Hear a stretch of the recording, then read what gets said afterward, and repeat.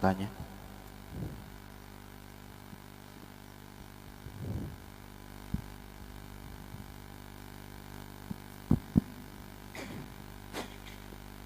Assalamualaikum warahmatullahi wabarakatuh. Assalamualaikum. Wahai guru kami, di zaman yang sekarang ini, bagaimana cara kita mencari seorang mursyid yang kamil,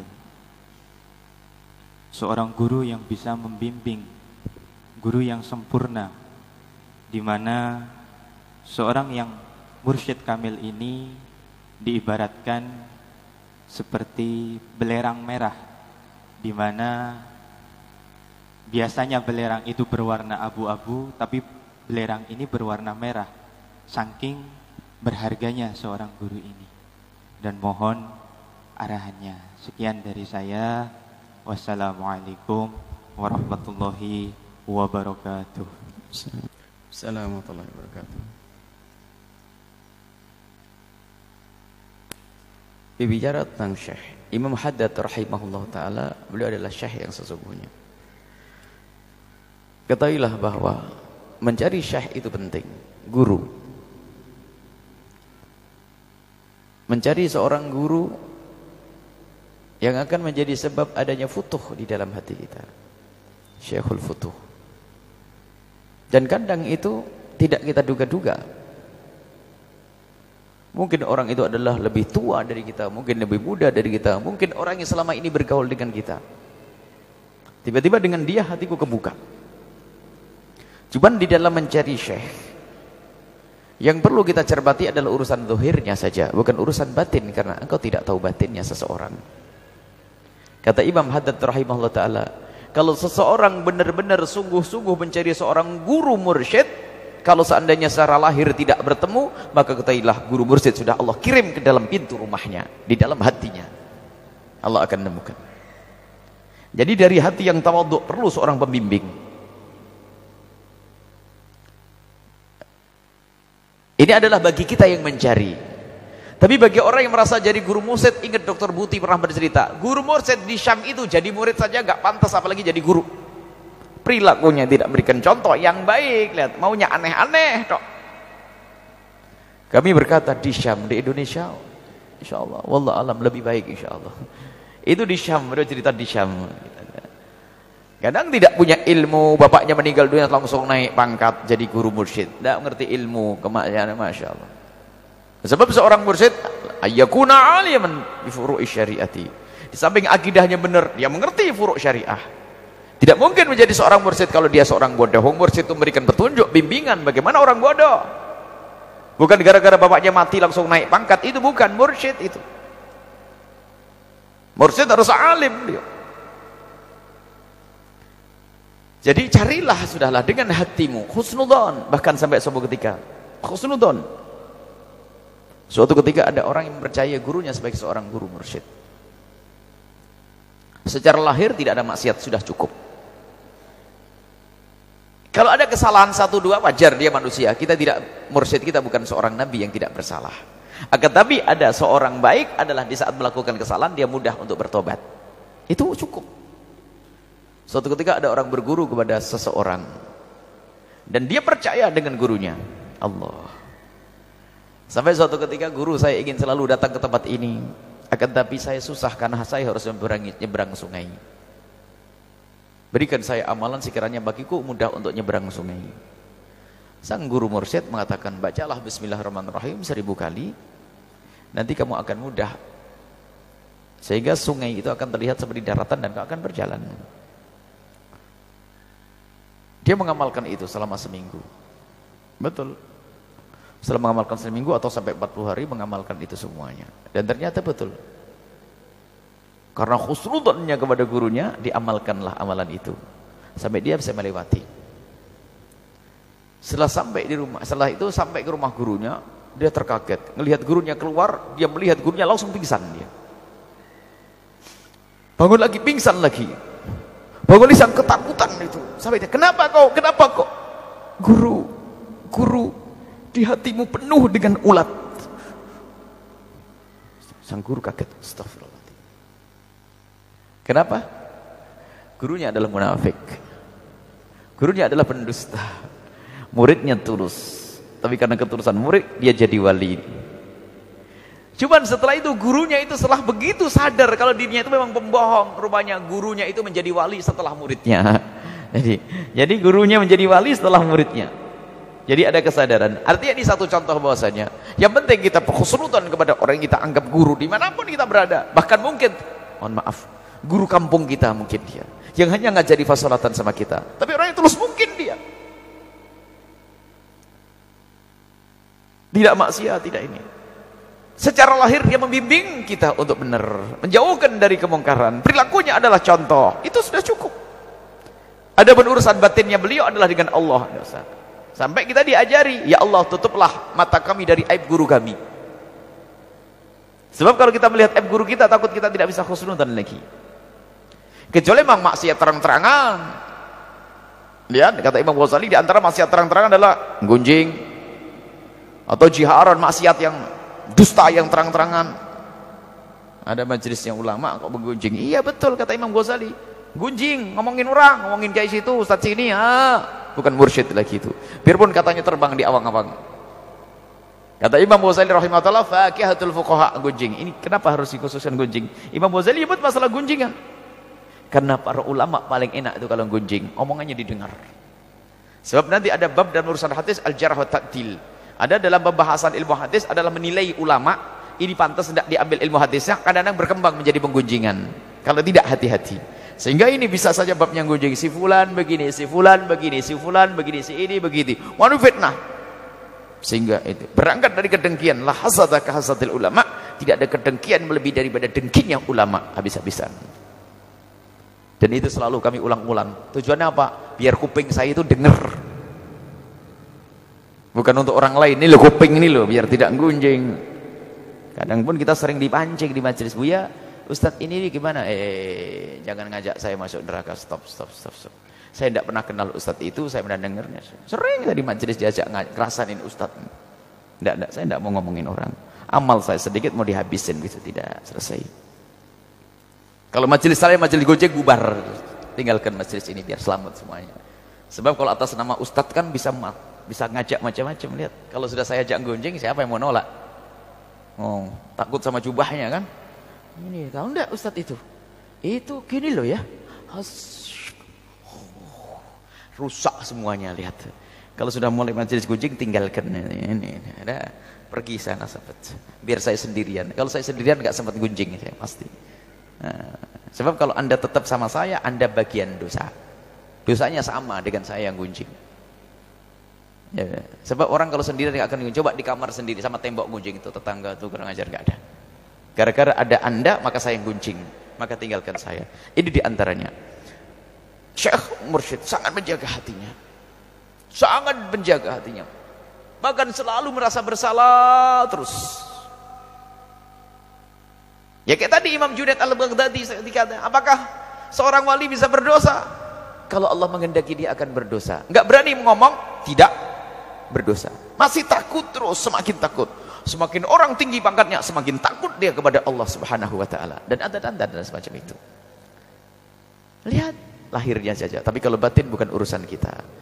Adapun nanti kalau jangan bawa, saya pengen punya guru mursyid kayak Syekh Abdul Qadir Jalani. Ntar dulu. Hatimu yang menjadikan mendapatkan guru mursyid adalah dari hati yang husnudzon. Selagi tidak terlihat, sebab suudzon itu tidak boleh kepada siapapun, termasuk kepada guru. Kalau kita dengan guru tidak boleh suudzon.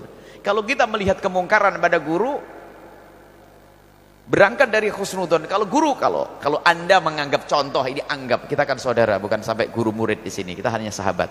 Kalau anda menganggap saya guru, anda harus husnudzon kepada saya. Sebatas saya melakukan sesuatu yang masih mungkin ditafsiri baik. Tapi kalau saya melakukan kemungkaran secara terang-terangan, tidak boleh suudzon. Tapi husnudzonnya berubah. Tidak boleh suudzon tapi apa? Ingatkan saya. Nggak ada suudzon itu ya. Ada. Suudzon tidak ada ajaran. Anda kalau mencintai mengingatkan, assalamualaikum Buya, kemarin saya melihat Buya di sana kok, di sini kok. Nah, ini ingatkan, ada cinta. Tidak ada Husnudzon nggak boleh berubah jadi suudzon. Husnudzon harus. Tapi setelah itu melompat kalau betul-betul kemungkaran, mengingatkan. Berubah jadi gunjingan di belakang neraka juga. Itu setan juga yang ngajak. Makanya kita tidak mau diajak gunjing guru-guru, dia yang mulai tidak sudah. Kalau ente kenal dia, ayo kita datang, kita tanya, kita ingatkan kalau dia salah. Sebab berguru itu luar biasa. Itu tadi, ini perumpamaan, ini bukan guru, ini saudara, anta akhi fillah, ini saudara saya. Kita sama-sama, yuk kita belajar dari Imam Ibn Athaillah Sekandari, kita belajar bareng nanti sampai kepada Allah Subhanahu wa taala. Kalau ternyata Anda sampai duluan, tarik saya. Ayo Buya ikut saya ini. Anda harus bersyukur, kenapa? Yang ngasih tahu Buya, tapi saya sampai duluan. Nanti Buya bawa nanti, seperti ya. Karena yang ngasih tahu saya kan tadi. Yang ngasih tahu saya. Tapi kok sampai duluan, bawa saya nanti. Bukan berarti saya harus sampai duluan. Di sini yang duduk di sini itu bukan karena lebih hebat. Dikatakan masyaikh, kibar masyaikh mengatakan, kalau aku harus termasuk Dr. Muhammad Said Ramadan Al-Buti. Kalau ternyata aku suatu ketika, subhanallah tawaduknya orang. Kalau suatu ketika aku bisa ngomong fasih, yang bisa dipahami oleh orang, enak didengar. Husnudzonku adalah apa? Karena di sini ada orang yang pemahamannya lemah. Karena pemahaman Allah cinta kepada orang tersebut, maka jadikan lisan saya fasih. Bukan karena saya punya kelebihan. Loh gitu. Jadi nggak sempat dia menyanjung dirinya, itu nggak sempat. Kalau tiba-tiba maksudnya, kalau saya tiba-tiba ngomong enak, ngomong baik, berarti yang baik Anda. Ada apa? Anda bagian dengar. Karena Allah sayang kepada Anda, jadikan lisan saya fasih. Bukan karena kelebihan di saya. Itu loh, Dr. Buti ngomong gitu. Nggak perlu ngomong siapa dulu nih. Terpukau, menangis, geleng-geleng kepala. Bukan itu. Baik, semoga Allah menjaga kita semuanya. Bangun saling cinta karena Allah. Cari guru dimanapun berada. Cari guru dan cari guru, maka ketahuilah Allah akan mengirim guru mursyid di depan pintu rumahmu kalau engkau menjadi guru. Dan tidak diduga-duga. Semoga Allah menemukan kita dengan guru-guru mulia. Dan ketahuilah guru kita sesungguhnya adalah Nabi Muhammad, maka guru kita pun yang sambung dengan Nabi Sallallahu Alaihi Wasallam. Ketemu harus guru. Ada guru lahir, carilah guru lahir dulu yang ngajari syariat lahir dulu. Nanti akan ketemu guru batin. Guru lahir adalah ngajari halal, haram, tidak boleh, ini itu dan sebagainya. Pendusta. Kalau kita punya guru ngajari gak beroh, gak apa-apa. Kita makomnya lain. Gak apa-apa, saya makomnya lain. Wah ini awas, ini bukan guru, ini iblis itu, pakai baju, pakai jubah itu. Kalau saya minum minuman keras, hukumnya nggak usah berkata, kalau bagi saya malah lain, sudah berubah jadi air. Cambuk dulu baru dikatakan wali. Nggak ada wali aneh. Nggak ada wali aneh, kita harus wali syariat. Baik, semoga Allah mengangkat kita menjadi waliullah. Ibu-ibu, bapak-bapak yang sudah ketemu Nabi SAW, tidak usah banyak cerita. Saya titip salam saja sudah. Biar saya dibawa nanti sudah. Anda mungkin, kami yakin ada beberapa orang yang ketemu Nabi SAW. Dari para yang cerita, antara engkau dengan Allah. Cuman saya pesan, kalau ketemu lagi saya titip salam untuk Rasulullah SAW. Titip salam Bu ya. Mau ketemu Nabi Muhammad. Salamin saya nanti saya ketemu ya Pak ya. Salamin ya kita bisa. Ini saja, wallahu a'lam bissawab.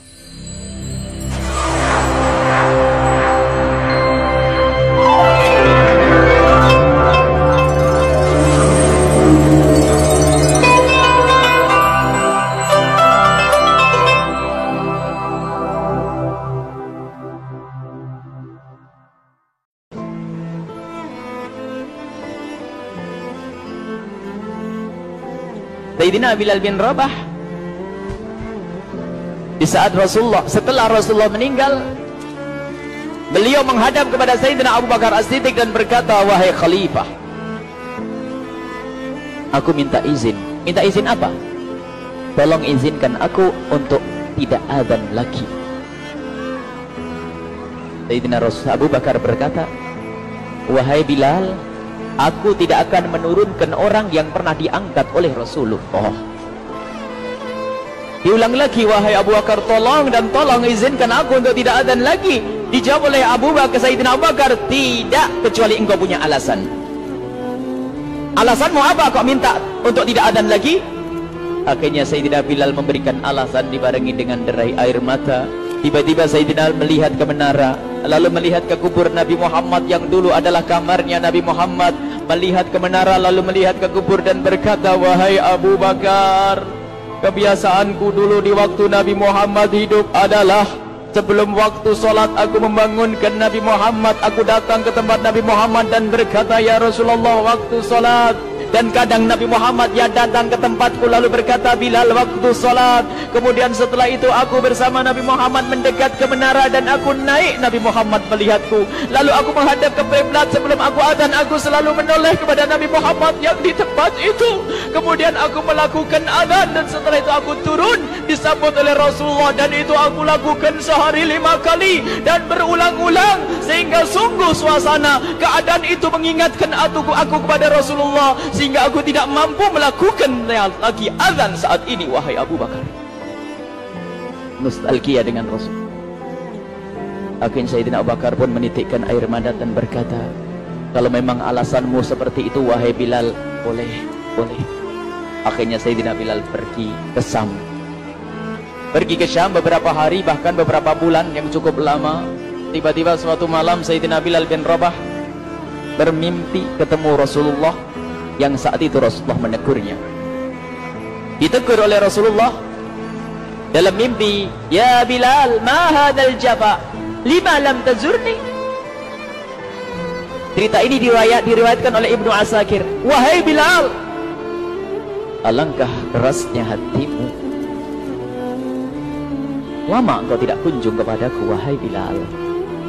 Saat itu Sayyidina Bilal terbangun menangis dengan tangis yang sangat, sehingga para keluarganya ketakutan. Ada apa Bilal? Ada apa Bilal? Menangis seperti tidak seperti biasanya, menangis yang luar biasa.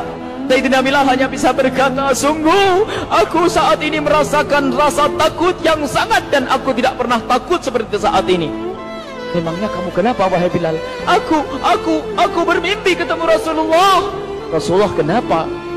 Aku bertemu Rasulullah dan ditegur, wahai Bilal, alangkah keras dan gersang hatimu. Mana kerinduanmu kepadaku, lama engkau tak kunjung kepadaku. Aku takut ditinggal oleh Rasulullah. Takut ditinggal Rasulullah. Akhirnya para keluarga Sayyidina Bilal mengatakan, Bilal, kelihatannya memang waktunya engkau ziarah kepada Rasulullah, maka pergilah.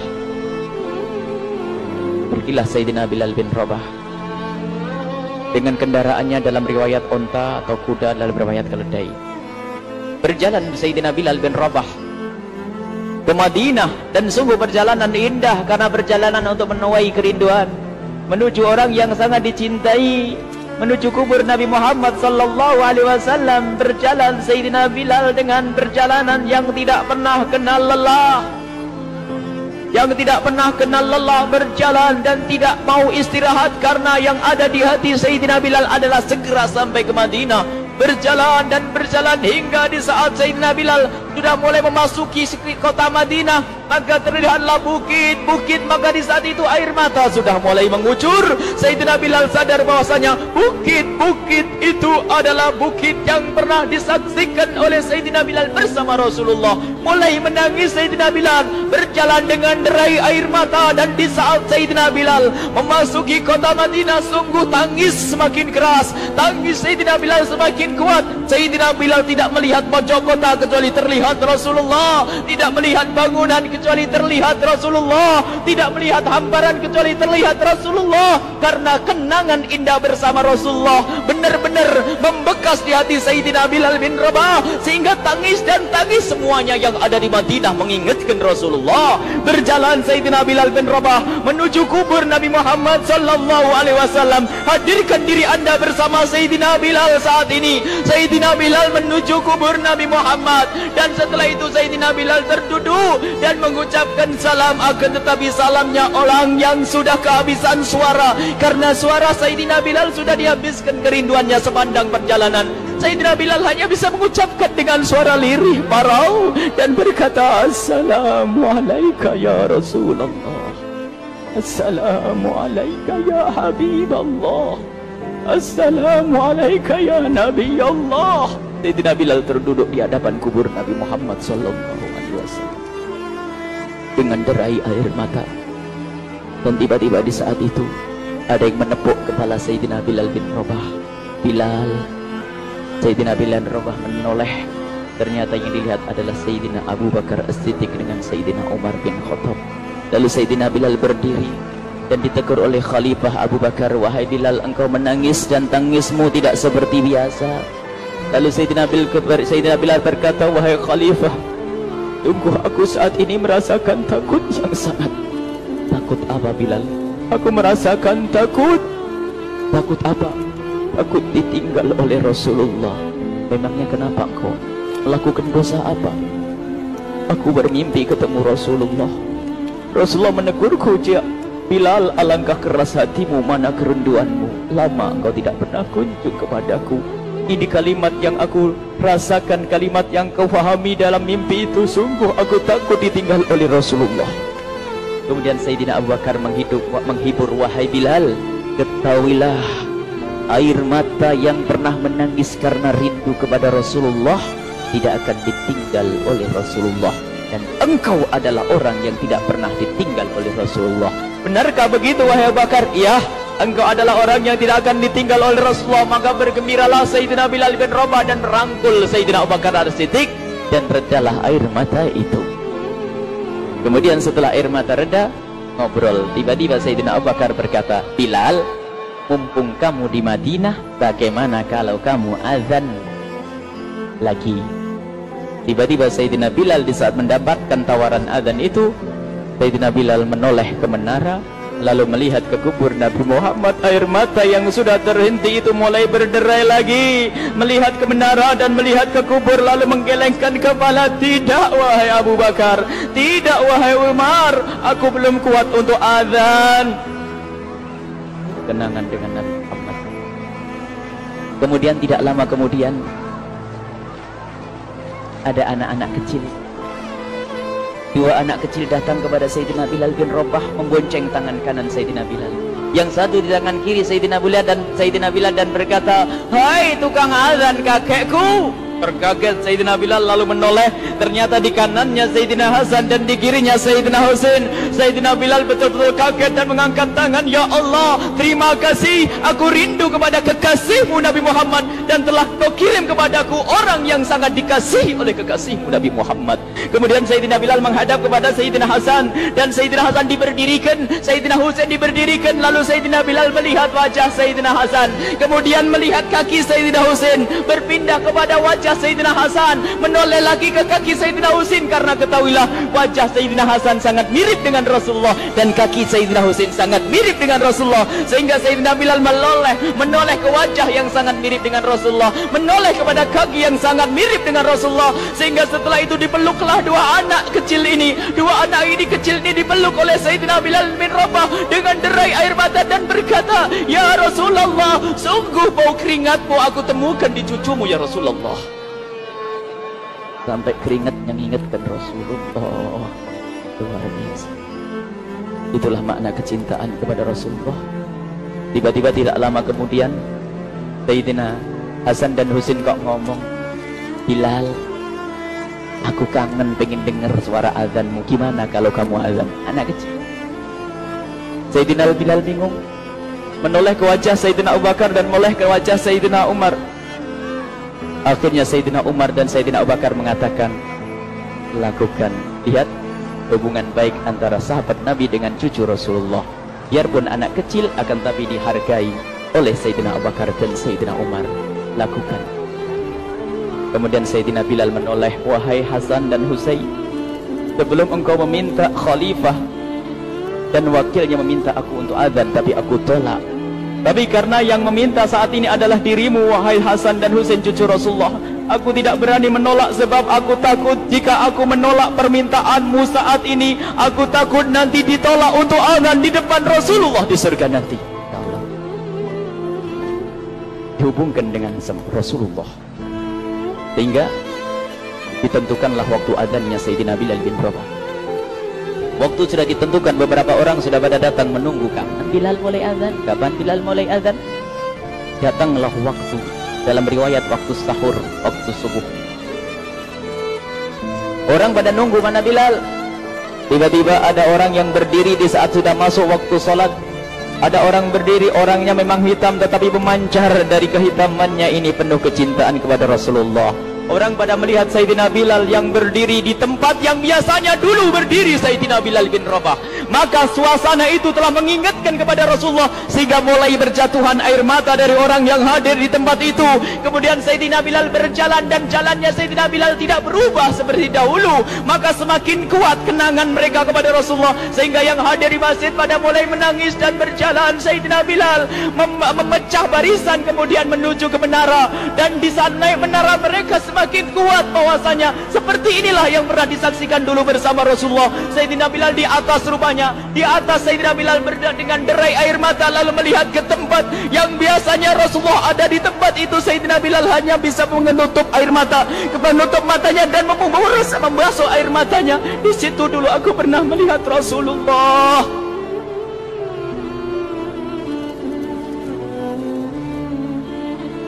Tangis orang yang hadir di masjid dibarengi dengan tangisnya Sayyidina Bilal bin Rabah. Hingga disebutkan tidak ada tangis di Madinah lebih banyak, lebih dahsyat daripada saat itu. Akhirnya Sayyidina Bilal memulai azannya. Allahu Akbar, Allahu Akbar.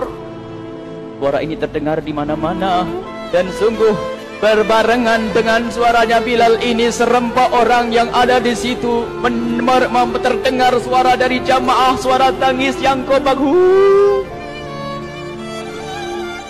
Sayyidina Bilal pun melanjutkan azannya, Allahu Akbar, Allahu Akbar. Para jamaah sambil menjawab azan Sayyidina Bilal, tangis semakin kuat. Bahkan ada di antara mereka yang berjatuhan pingsan. Apa yang menjadikan mereka menangis? Apa yang menjadikan mereka seperti itu? Ingat Nabi Muhammad sallallahu alaihi wasallam. Karena semua yang terjadi di saat itu mengingatkan kenangannya kepada Rasulullah. Sehingga orang yang di luar masjid pun, ibu-ibu yang belum sempat datang mendengar suaranya Sayyidina Bilal bin Rabah bergegas menuju masjid, lalu berkata, apakah Rasulullah dibangkitkan lagi? Karena kalau dulu di saat mendengar suara Bilal pasti ada Rasulullah. Jadi di saat mendengar suara Bilal yang sudah lama hilang, seolah-olah Rasulullah hadir kembali, sehingga mereka bertanya, apakah Rasulullah dibangkitkan lagi? Dijawab oleh orang-orang yang ada di situ, tidak, itu suaranya Bilal. Kemudian orang-orang itu sambil menundukkan kepala, oh, suaranya Bilal. Ini air mata. Sayyidina Bilal melanjutkan azan beliau dan sampailah azan beliau, asyhadu an la ilaha illallah, asyhadu an la ilaha illallah. Suara tangis semakin ramai hingga sampailah Sayyidina Bilal bin Rabah kepada kalimat asyhadu anna Muhammad.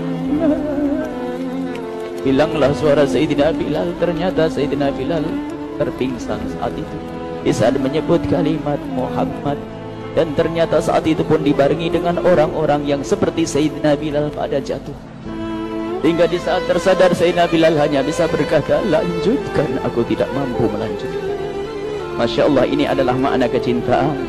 Tinggal kita melihat di saat kita membaca nama Nabi Muhammad disebut seperti apa kerinduan kita kepada Rasulullah.